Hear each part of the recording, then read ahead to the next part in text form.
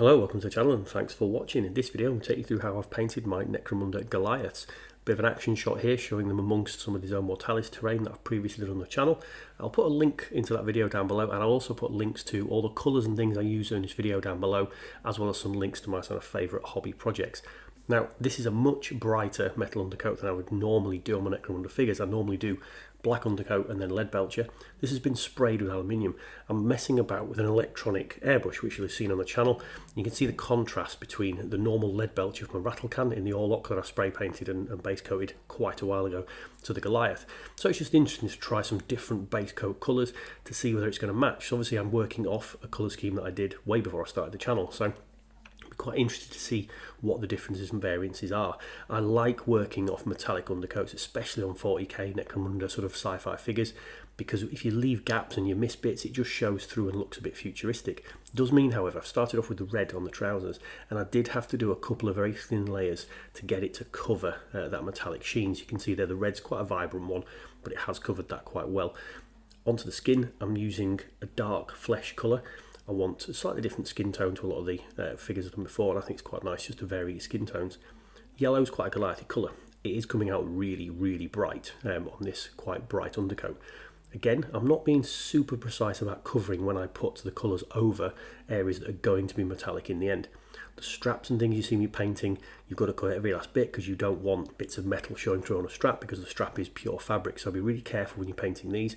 When you're painting the metal areas, not so much. You'll see lots of patches I've left there deliberately showing through on the metal. Similar story with the boots, just going for black. I don't want too many contrasting colours on there, so a simple black colour for the boots and some of the leather areas. And you've got to be really careful not to show metallics through on areas where you don't want that kind of battered metal effect. What's really nice about the Goliaths, they are fairly simple, big areas to paint, so it's quite an easy paint scheme really. There are a couple of little details on it. I'm just putting some grey colour onto the hair piece there, and moving on to a slightly different metallic over the skulls, things like that. Now this is coming out more gold looking, but it is actually a slightly off brass colour, and I'm just picking it onto details like the skulls, but also you see here the sockets on the kind of leg pistons they've got, just to break up the monotony of lots and lots of metallic areas. But it just shows you the difference between painting on top of like a lead belcher, which is quite a dark metal, and quite a bright metal aluminium. This is feeling like a totally different paint scheme to the rest of my Goliath, so I was really interested at this point to see how it would come out. Now, one thing on the Goliath models, especially the stimmers, is these kind of stim injector capsules they've got all over them. You could paint them one solid colour, or you could pretend they were just like a solid metal thing, but it's nice to think of them as being slightly glass. So I'm taking a dark blue colour, painting that primarily over the top part of the ampules, I suppose you might want to call them, and then I'm taking a very vibrant bright green and painting that in kind of the bottom half. So the idea is the gravity has pulled the liquid down to the bottom. Now, ink wash stage. I love ink washes. This is a dark sepia wash. I use this on all my necromunda and quite a lot of my other figures as well. Kind of pulls the army together, gives a lot of good shading, and also drags that kind of colour vibrancy down a little bit because it's a very vibrant colour. So you'll see how it's dried here, and you could, I always say this, leave it at this stage, and this will be fine for a gaming table ready colour scheme. What I do now, because I'm using the wet palette, I've still got access to all the colours we just used, but you could put them down onto a normal palette if you want, and going back over all the raised areas.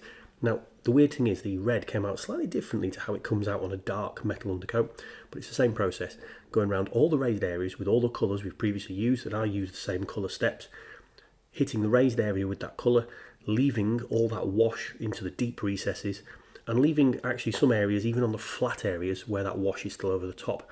And what it'll do in the very raised areas, you'll get that very vibrant colour that you put it on, whether that be the yellow, the red, or whatever. Into the flat areas, be another colour because some of the wash will mostly run off, and into the deep recessed areas that wash should be more prevalent, and you get a 3 or 4 colour effect only by using effectively the same colour and a wash. You can see it there into the right leg, some of it into the cracks and the creases of the cloth, very nice.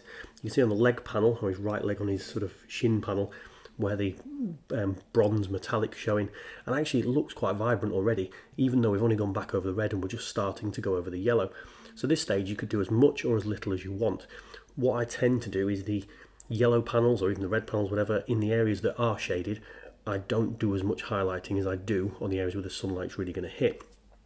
Point to note, I'm doing the straps here with this quite green grey colour it is, and it looks like there's a huge contrast between where the wash has been and the highlight area. But remember, when you put paint on first, they do darken off when they dry. So that's something important to notice. And actually with the blacks you get the opposite effect here. You can't even tell you're putting a highlight on, because when it's dry it just reflects a little bit of the light or whatever, but doesn't seem to make any difference, but it does. So you've got to bear that in mind and practice when you're painting and get used to what paints do when they're wet versus what they're dry. Because sometimes I'll put a paint on and go, ooh, I think I've ruined that, the highlight's gone too vibrant or something. But realising when it dries off, it will look different. So I'm just painting the ampule sections with some of that very vibrant green. Again, looking at the kind of gravity pulling that thing down. Just some very gentle edge highlighting using that grey across the top of the kind of mohawk that's above the metallic headpiece.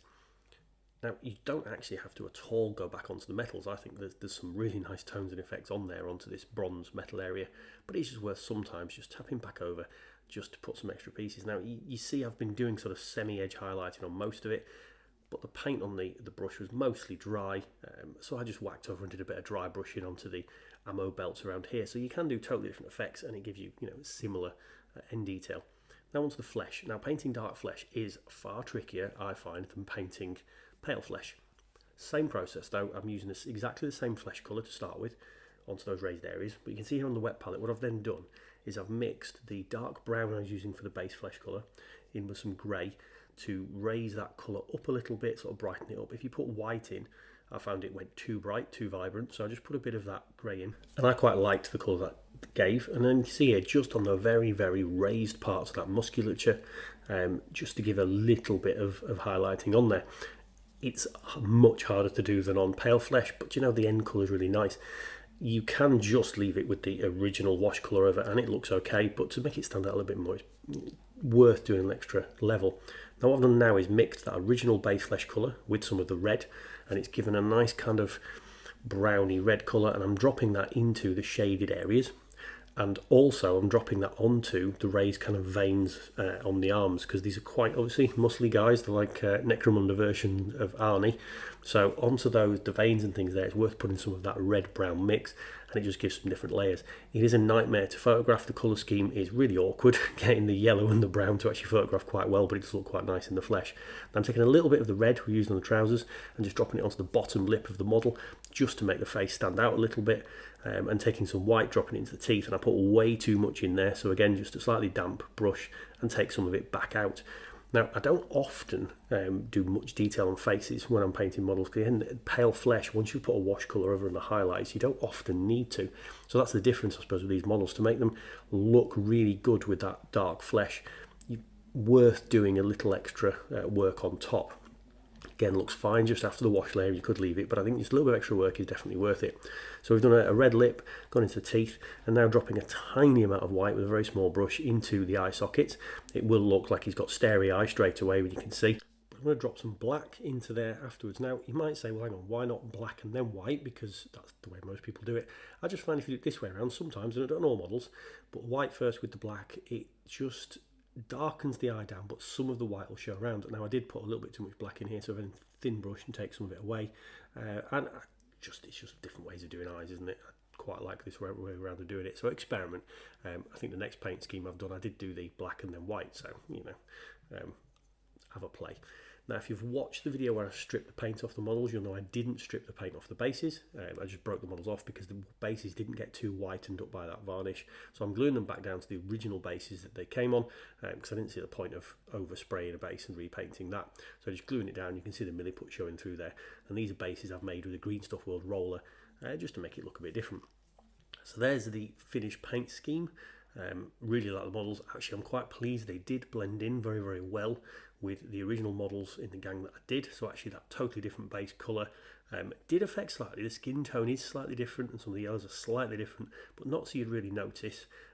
Definitely not as vibrant as it looked like they were going to start off to be. So it just shows you can experiment with your different base coats, different undercoats, that kind of thing, and hopefully make it work.